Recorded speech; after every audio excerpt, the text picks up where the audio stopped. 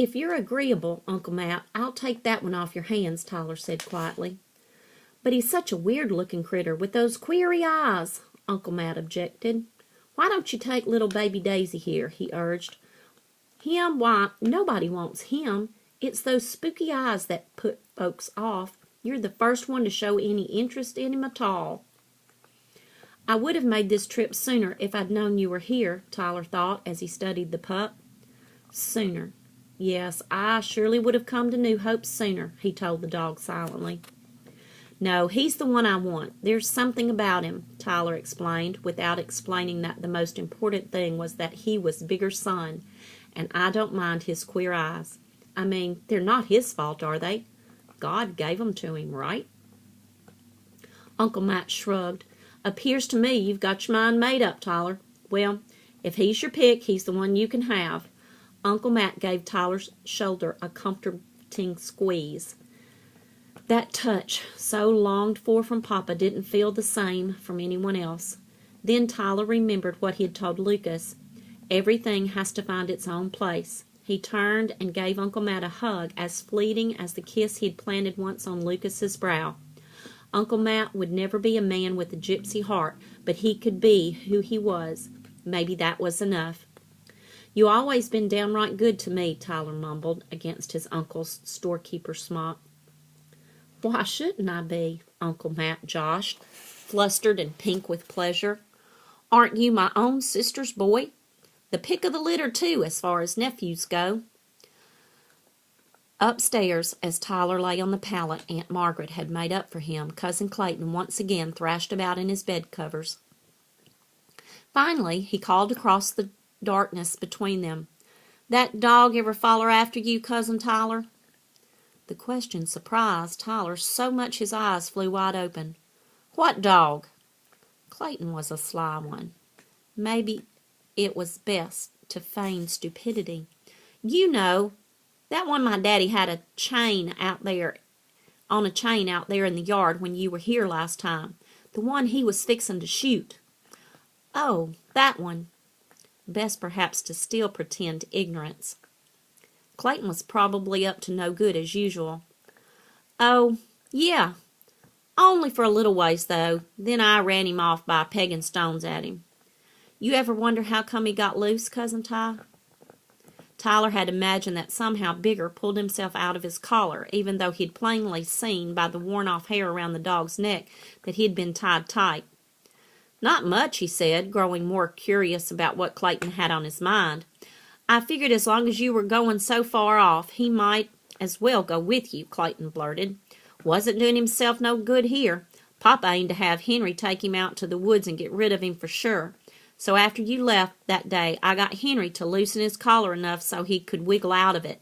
Clayton hesitated. Tyler was too startled to speak. Clayton hesitated again, and Tyler heard the bed covers being adjusted for the dozenth time. "I was scared to do it myself," Clayton confessed. "You gotta admit, Cousin Ty, he was a mean-looking critter." Tyler blinked several times in the dark. Why, you could never tell about a person, could you? Spoiled rotten, Mama's darling brown-eyed baby boy. Clayton had been worried enough about what might happen to Bigger, though of course he didn't know yet the dog's name was Bigger, that he'd ask Henry to help turn him loose. "Say, Clayton, would you like to come up and stay a while at Sweet Creek sometime?" Tyler asked, feeling suddenly generous.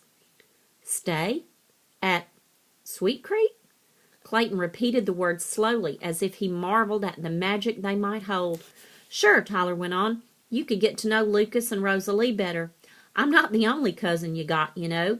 Fishing is good up there, too." He might even show Clayton where Bigger was buried. "There's lots to do, and if you don't mind sleeping on the floor like I'm doing now—" "Why, it's mighty nice of you to ask," Clayton said, his voice round with wonder as he pictured what such a visit would be like. "But I'd never been away from home before, Cousin Ty," he complained, as if Sweet Creek were as far away as the Rio Grande. "Maybe my mama won't let—" "Clayton, there's times when you have to do what you have to do," Tyler broke in. Clayton was silent. "I guess you know all about that," he said at last. "Maybe I do, too. Not as much as you, but a little. I mean, Ain't I the one who talked Henry into loosening up that dog's collar so he wouldn't get shot?" "You did for sure," Tyler agreed. Later, he would tell Clayton it hadn't kept Bigger from getting killed, but that was a story that could wait. Tyler imagined Sooner curled in the straw of his chicken wire pen out there in the livery barn, his strange eyes closed in sleep. Tomorrow they'd start home together. When spring came, Clayton would come to spend a few days away from his mama for the first time in his whole life. They'd all go to visit Bigger's grave, even Rosalie if she wanted to, though Sooner, being a dog, wouldn't understand what it was all about and would only run around to pee on the 3 sister trees to leave his mark. And someday, well, someday maybe Papa would come home. He might. How could a person say such a thing would never happen? Until then, Tyler vowed he'd help Mama raise up Lucas and Rosalie. He'd go squirrel hunting with Sooner and would teach Lucas how to hunt too. Now it would be Sooner who'd lie on the hearth with Maggie. Tyler studied the blocks of moonlight scattered on the floor of Clayton's bedroom. He'd lain here nearly 5 months ago watching similar silver blocks. This time he thought of Isaac and hoped the shoes had been a blessing. He thought of the blue-white Aggie safe in Papa's pocket. He thought of Bigger sleeping for the first time near the bridge that crossed Sweet Creek. His own journey was over. He'd come full circle. Now there was the rest of life to be lived. And after. Tyler Bohannon was right about General Shelby. In June 1867, the general recrossed the Rio Grande. Many of his followers returned with him. They took advantage of the amnesty offered by President Andrew Johnson. Soon after, Joseph O. Shelby returned to his life as a farmer and manufacturer of rope in Bates County, Missouri. He invested in coal mining in Clarksville and became associated with 2 small railroad companies in St. Louis that would link the Midwest to the whole nation. A 5th son was born to him in 1871, and his only daughter in 1875. General Shelby was appointed to the post of United States Marshal in 1893, and Governor Thomas C. Fletcher reported that Shelby worked night and day to restore peace by appealing to the people of Missouri to accept the new order of things. The general was proud to say he worked as hard for the Stars and Stripes as he had once worked for the Stars and Bars. He died at Adrian, Missouri on February 13, 1897, at the age of 67. However, some members of the ragtag army of the Lost Cause never set foot on United States soil again.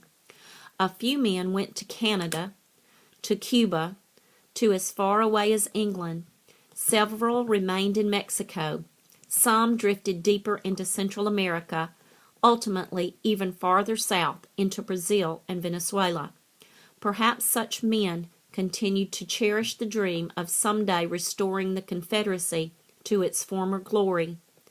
The sons and daughters of those vanished men grew up. Most married, had sons and daughters of their own. It became the job of everyone to rebuild a nation that had been divided by a war that left more than 600,000 men dead on battlefields, with now famous names like Gettysburg, Chickamauga, Manassas, and not so famous ones like Pea Ridge, Wilson's Creek, and Stone's River. The end.